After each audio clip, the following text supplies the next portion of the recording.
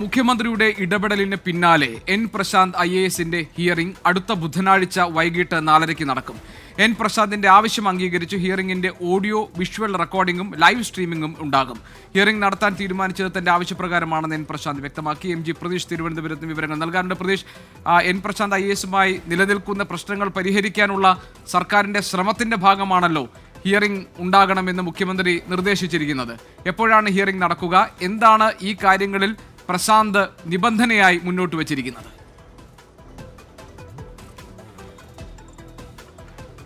GK IAS തലപ്പത്തെ പോര് മാറ്റമില്ലാതെ തുടരുന്ന പശ്ചാത്തലത്തിലാണ് മുഖ്യമന്ത്രിയുടെ കൂടി ഇടപെടൽ ഈ വിഷയത്തിൽ ഉണ്ടാകുന്നത്. ഇതിന് പിന്നാലെ ഈ മാസം 16-ാം തീയതി എൻ പ്രശാന്തിന്റെ ഹിയറിംഗ് നടത്താൻ തീരുമാനിച്ചിരുന്നു. 4:30 ചീഫ് സെക്രട്ടറിയുടെ മുന്നിൽ ഹാജരാകാനാണ് എൻ പ്രശാന്തിന് നിർദ്ദേശം നൽകിയിരിക്കുന്നത്. ഇതുമായി ബന്ധപ്പെട്ടുള്ള ഉത്തരവ് പ്രശാന്തിന് ചീഫ് സെക്രട്ടറി കൈമാറുകയും ചെയ്തു. പക്ഷേ അതിന് പിന്നാലെ വീണ്ടും വിശദീകരണവുമായി തന്നെ എൻ പ്രശാന്ത് രംഗത്ത് വന്നിരിക്കുന്നു. അതൊരു ഫേസ്ബുക്ക് പോസ്റ്റിലൂടെ അല്പം മുമ്പാണ് എൻ പ്രശാന്ത് വിശദീകരണം അറിയിച്ചിരിക്കുന്നത്. അതായത് തൻ്റെ ആവശ്യപ്രകാരമാണ് ഈ ഹിയറിംഗ് നടത്താൻ തീരുമാനിച്ചിരിക്കുന്നത്. ഹിയറിംഗ് ആവശ്യപ്പെട്ട ഫെബ്രുവരി മാസം 10-ാം തീയതി ചീഫ് സെക്രട്ടറിക്ക് താൻ കത്ത് നൽകിയിരുന്നു. ഇതിന് പിന്നാലെ 2 മാസം കഴിഞ്ഞ ഏപ്രിൽ 4-ാം തീയതിയാണ് ഹിയറിംഗ് അനുവദിച്ചുകൊണ്ട് ചീഫ് സെക്രട്ടറി മറുപടി നൽകിയിരിക്കുന്നത്.